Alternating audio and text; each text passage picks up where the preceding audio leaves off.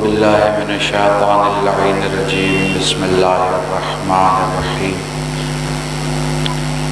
یا من ذکر شرف للذاکرین الحمدللہ رب العالمین والصلاة والسلام علی اشرف الانبیاء والمرسلین سید العرب والعجم جسمہ مقدس مقدم الہدى مصباح ظلم شفیع الامم صاحب الجود والکرم مولانا ابو القاسم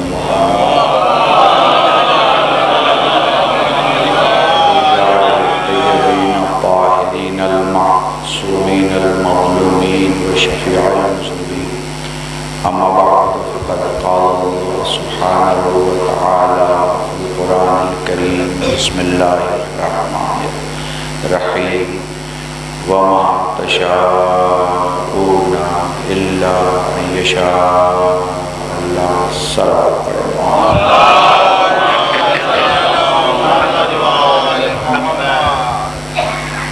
یہ سب اس کا کرم ہے جو میں پڑھ رہا ہوں، یہ سب اس کا کرم ہے جو آپ سن رہے ہیں۔ یہ معجزے سے بڑھ کے نہیں کہ ہماری سانسوں کو اس نے یہ فرصت دی کہ ہم انہیں گزارے بھی تو ان کی یاد میں گزاریں جن کی یاد میں خود خدا ہمیشہ رہتا ہے، درود بھی بھیجیں تو ان کی ذات پہ بھیجیں جن کی ذات پر خود خدا رہتا ہے۔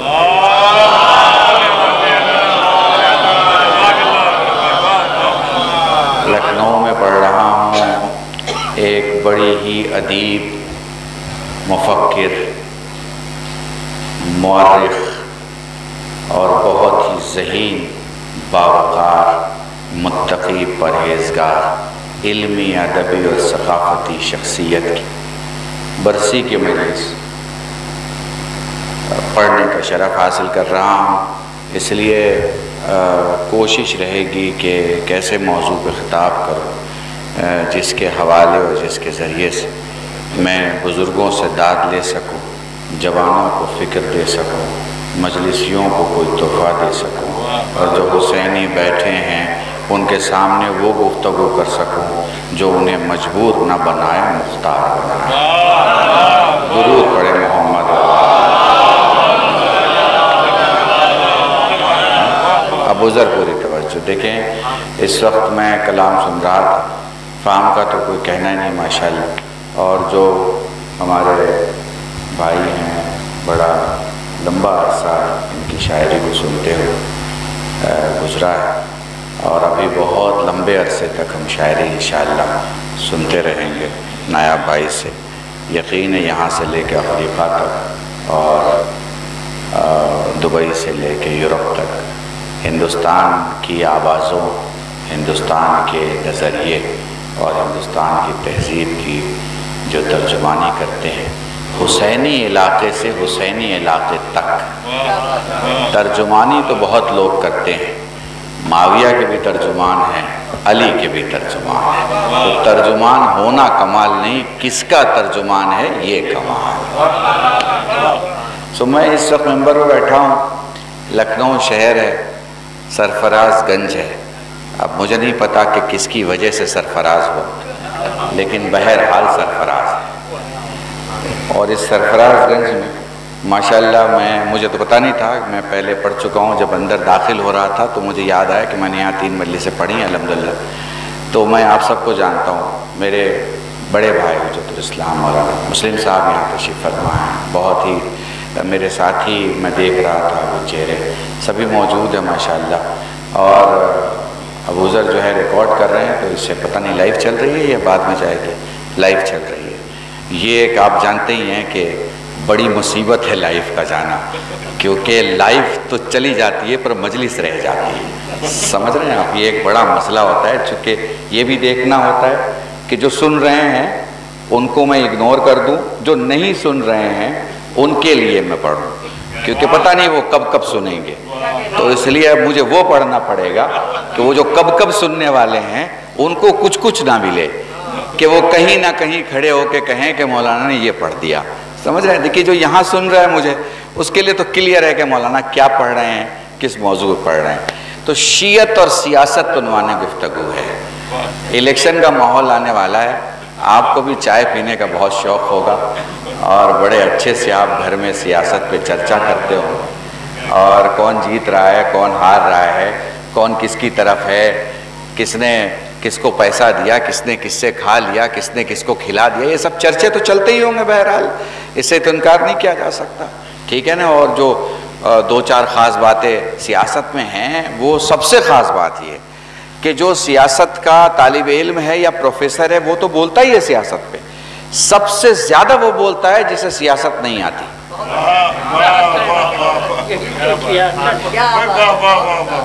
وہ بہت انٹرسٹ کے ساتھ بولے گا، اور سننے والے بھی سب سے زیادہ وہی سنے گا جسے واقعاً سیاست سے کوئی سروکار نہیں ہے، کیونکہ وہ جھگڑے کو سیاست سمجھتا ہے۔ چونکہ محبت کے سامنے جھگڑا آتا ہے اور وہ جھگڑے کو سیاست سمجھتا ہے، تو وہ جھگڑے کو سیاست سمجھتا ہے تو اسے لگتا ہے وہ اس میں جھگڑنے کی طاقت زیادہ ہے، تو اس کا مطلب اس میں سیاست کی طاقت زیادہ ہے۔ اصل میں جھگڑا نمٹانے کو سیاست کہتے ہیں، جھگڑا کرنے کو سیاست نہیں کہتے، ٹھیک ہے۔ اب یہاں سے ایک بہت ہی اہم موضوع ہے، اسے آپ یہاں کے بھارتیہ اینگل سے بھی سن لیجئے گا، لکھنوی اینگل سے بھی سن لیجئے گا، مذہبی اینگل سے بھی سمجھیے گا۔ سننے کا تو کئی اینگل ہے آپ کا، سمجھیے گا مذہبی اینگل۔ شیعت اور سیاست ایک شے ہے جو کبھی نہیں بدلتی، اسے شیعت کہتے ہیں۔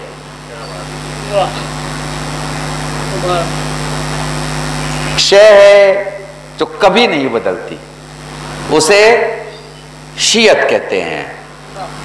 ایک شے ہے جو ہر قدم پہ بدلتی ہے، اسے سیاست کہتے ہیں، ہے نا۔ سارے سندربوں کو، ہندی بول رہا ہوں، آپ کو ڈکشنری نہیں دیکھنا پڑے، ٹھیک ہے، سارے سندربوں کو سمجھتے چلے جائیے۔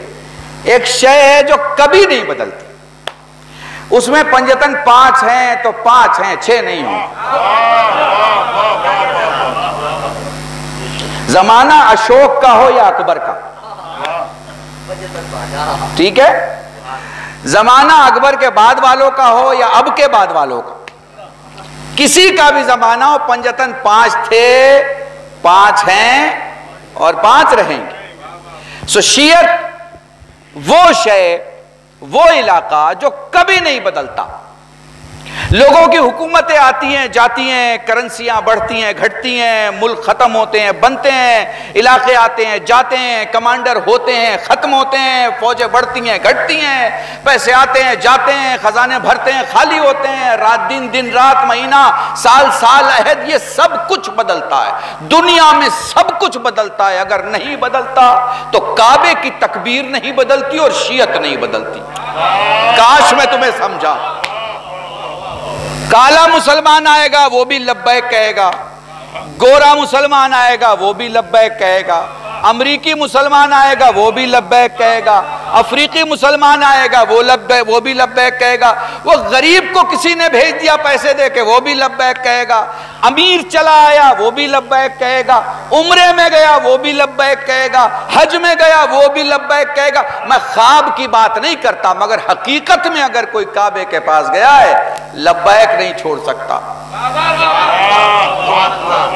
ٹھیک ہے نا۔ بالکل ایسے ہی شیعت ہے، بالکل نہیں بدلتی، جیسی ہے ویسی رہتی ہے، جتنی مقدس ہے، جتنی عظیم ہے، جتنی عرف والا ہے۔ اب مجھے 2 گھنٹے کا ایک پورا موضوع ہے جسے مجھے 45 منٹ میں مکمل کرنا ہے، گرمی کی حالت میں دیکھ رہا ہوں، لیکن مجھے یقین ہے کہ آپ مجھے بہت غور سے سنیں گے۔ چونکہ شہر لکھنؤ ہے، علاقہ آپ کا ہے، الیکشن آنے والا ہے، موضوع میرا بہت اہم ہے، اسے آپ سمجھیے گا شیعت کے سندرب، ٹھیک ہے۔ سو شیعت کبھی نہیں بدلتی، سیاست کبھی ایک جگہ قائم نہیں رہتی، ٹھیک ہے۔ شیعت کام کر کے ایڈورٹیزمنٹ کرنے میں بلیو نہیں کرتی، شیعت کام کر کے ایڈورٹیزمنٹ کرنے میں بلیو نہیں کرتی۔